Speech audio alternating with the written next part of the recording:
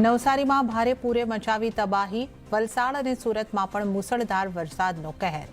રસ્તાઓથી લઈને લોકોના ઘરોમાં ઘૂસ્યા પાણી. પીએમ મોદીએ મુખ્યમંત્રી ભૂપેન્દ્ર પટેલ સાથે કરી વાત.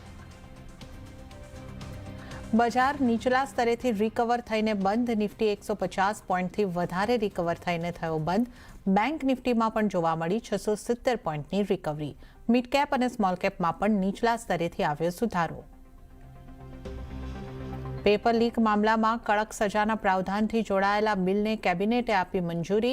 આવતા સપ્તાહમાં લોકસભામાં સંબંધિત બિલ થશે પસાર. પીએમ મોદીએ પોતાના સંબોધનમાં કહી હતી સંસદમાં બિલ લાવવાની વાત.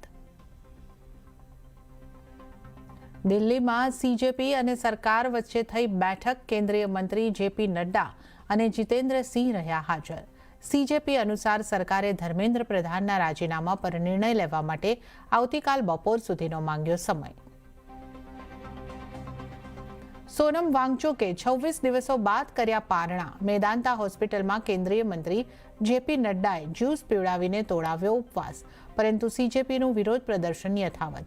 કહ્યું જ્યાર સુધી શિક્ષા મંત્રી રાજીનામું નહીં આપે ત્યાર સુધી પ્રદર્શન રહેશે યથાવત.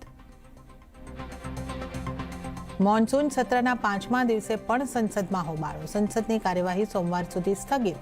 સરકારના આશ્વાસન છતાં કોંગ્રેસ પોતાની માંગ ઉપર અડગ. રાહુલ ગાંધીએ ફરી માંગ્યો શિક્ષા મંત્રીનું રાજીનામું. બોલ્યા વિદ્યાર્થીઓના ઉપર હાથ ઉઠાવનારાઓ સામે એક્શન.